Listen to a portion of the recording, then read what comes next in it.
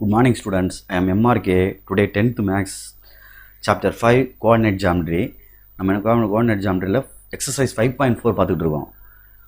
Find the equation of perpendicular bisector அப்படிங்கிறது இருக்கு.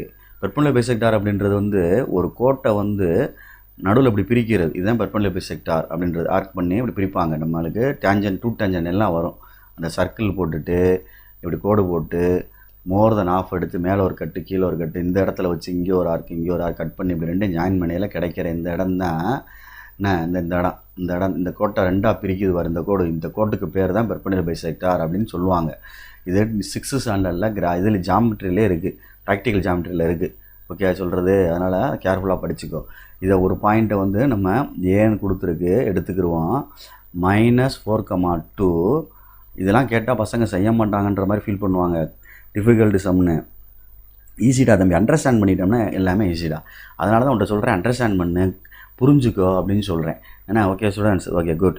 இப்போ லெட் அப்படின்னு சொல்லிட்டு கிவன் கொடுத்ததை எடுக்கிறேன். ஏ அப்படின்றது -4,2 சொல்கிறத கவனிச்சுட்டு அது தகுந்தாப்புல நீனா செஞ்சு பாரு. ஓகே, 1க்கு 2 தடவை வீடியோ வேணால் போட்டு பார்த்துக்கோ. Okay right.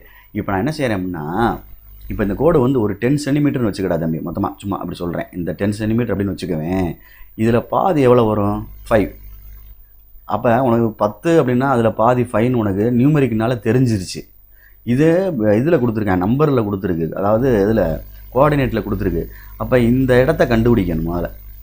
இது நான் என்ன சொல்கிறேன், இதில் பாதி தானே 5, பாதினா நடுனா மீதி, அதாவது பேலன்ஸு மிட்டு 2ஆல் டிவைட் பண்ணால் கிடைக்கும். இங்கிட்ட எவ்வளவோ அதே அளவு தான் இங்கிட்டு, அப்போ மிட்டு. அப்போ இதுக்கு மிட் பாயிண்ட் கண்டுபிடிக்கணும் அப்படின்றது கான்செப்ட் உனக்கு தெரியணும். இதுதான் வேலை. நடுவில் உள்ள புள்ளியை கண்டுபிடிக்கணும், நடுப்புள்ளி கண்டுபிடிக்கணும். அப்போ அந்த பாயிண்ட்டை வேணால் டின்னு வச்சுக்கலாம், சரியா? அப்போ let D be the mid point of AB. Formula என்னென்ன எழுதுகிறோம் கவனித்து பார்க்கணும். நடுவில் போகும். பைசெக்டார் அப்படின்னா ரெண்டாக பிரிக்கிறது கோட்டை. இந்த கொஸ்டின்லேயே இருக்கு பாரு, பைட் செக்டார்னா ஒரு கோட்டை 2ஆக பிரித்தல். பைனா 2.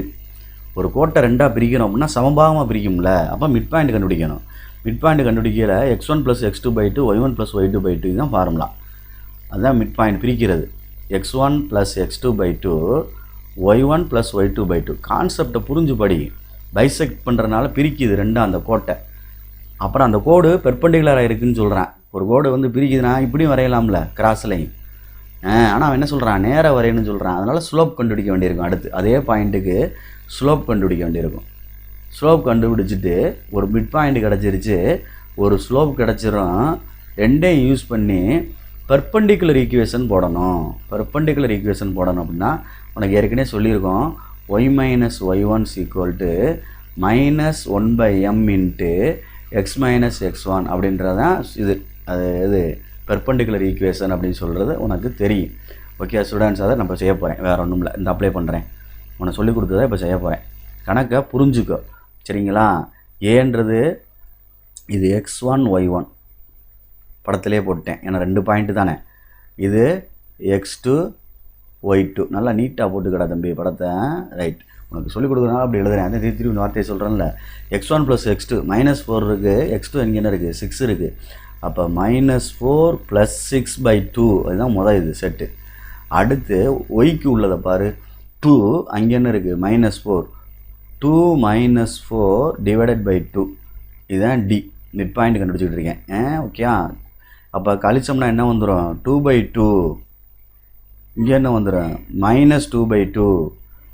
அடிச்சுட்டா என்ன ஆயிரும், டி 1,1 இதுதான் இது மிட் பாயிண்ட்.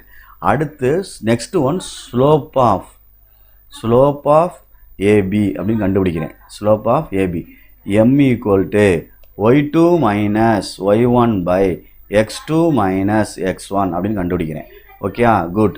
அப்போ அதே பாயிண்ட்டு தான். y2 என்ன இருக்குன்னு பாரு, -4 அப்படின்னு இருக்குது. -y1 என்ன இருக்குது அப்படின்னு பாரு, 2 இருக்குது. Okay students, good. நெக்ஸ்ட்டு பை x2 என்ன இருக்குன்னு பாரு. x2 என்ன இருக்குது, 6. எக்ஸுக்கு வந்து 6 மைனஸ் x1 என்ன இருக்குன்னு பாரு, -4. அப்போ சேர்ந்தா என்ன ஆயிரும், ஆட்டோமேட்டிக்காக +4 ஆயிரும். அப்போ தம்பி -6 மேலே ஆட் பண்ணோம்னா நீ வேலை ப்ளஸ் 6ன்னு சொல்லி போடாத. லைக் டேர்மு கீழே வந்து என்ன ஆயிரும் 10ன்னு ஆயிரும். அடித்தோம்னா 3 2 சார் 6 5 2 சார் 10 -3/5 இதுதான் என்னடா தம்பி எம் அப்படின்னு அர்த்தம். ஓகே ஸ்டூடெண்ட்ஸ், இதுதான் என்னது எம். இப்போ எம் கண்டுபிடிச்சிட்டேன். அடுத்து இந்த மிட் பாயிண்ட் கண்டுபிடிச்சிட்டேன். ரெண்டையும் யூஸ் பண்ணி பெர்பெண்டிகுலர் பைசெக்டார் போட போகிறேன். Equation of perpendicular bisector. அப்போ நீ நாற்று வச்சுக்க அந்த பெர்பெண்டிகுலர் வார்த்தை யூஸ் பண்ணிக்கிட்டே இருக்கேன். ஈக்குவேஷன் ஆஃப் பெர்பெண்டிகுலர் பைசெக்டார் அப்படின்னு சொல்கிறேன். பைசெக்டார் அப்படின்னு சொல்லையில் y minus y1 equal to -1/m into x minus x1. இதை போட்டோம்னா ஆன்சர் எடுத்துடலாம். Okay right. அப்போ x1 y1 என்ன சார் வரும்? இதுதான் x1 y1. அப்போ x1 y1 அப்படின்றது டி. ஓகே சொல்கிறது தனியாக அங்கே எழுதிக்க. நான் சும்மா கணக்கில் எழுதிருக்கேன். ஒன்றும் எதுவும் -1 ஒன்று சொல்லிக் கொடுக்குற மாதிரி நான் செஞ்சுக்கிட்டு இருக்கேன். அவ்வளோதான். நீ ப்ரெசன்டேஷன் நல்லா பண்ணிக்க எழுதுறதுல. ரைட்டு. அப்போ ஒய் மைனஸ் இந்த y1 இந்த இருக்குது. இதுதான் y1. அப்போ என்ன ஆயிரும்? +1 ஆயிரும். Okay equal to -1/m. M என்ன இந்த இருக்கு வரும் -3/5. ஓகே ஸ்டூடெண்ட்ஸ், அடுத்து என்ன இருக்குன்னு பார்த்துக்கோ. இன்ட்டு எக்ஸு மைனஸ் x1 இந்த இருக்குது 1. Okay good. இதை மேலே கொண்டு போயிரு. மைனஸை கேன்சல் பண்ணிட்டோம்னா என்ன கிடைக்கும்? 5/3ன்னு கிடைக்கும். இங்கே என்ன வந்துடும்? x மைனஸ் 1ன்னு கிடச்சிரும். இங்கே என்ன கிடைக்கும்? y ப்ளஸ் 1ன்னு கிடைக்கும். Okay good students. 3 இங்கே கொண்டு வந்துரு. கிராஸில் 3 இங்கே வந்துடும். அப்போ 3 இன்ட்டு y ப்ளஸ் 1. ஓகே அப்படிதான் பார்த்துக்கோ. y plus 1 equal to 5 into x minus 1. அடுத்து உள்ள இன்டீரியராக மல்டிப்ளை பண்ணு இன்னொரு ஃபங்க்ஷனில். சரிங்களா? 3y plus 3 equal to 5x minus 5. Good. X வந்து ப்ளஸில் இருக்கனால இது ரெண்டும் இங்கிட்டு கொண்டு போயிரு.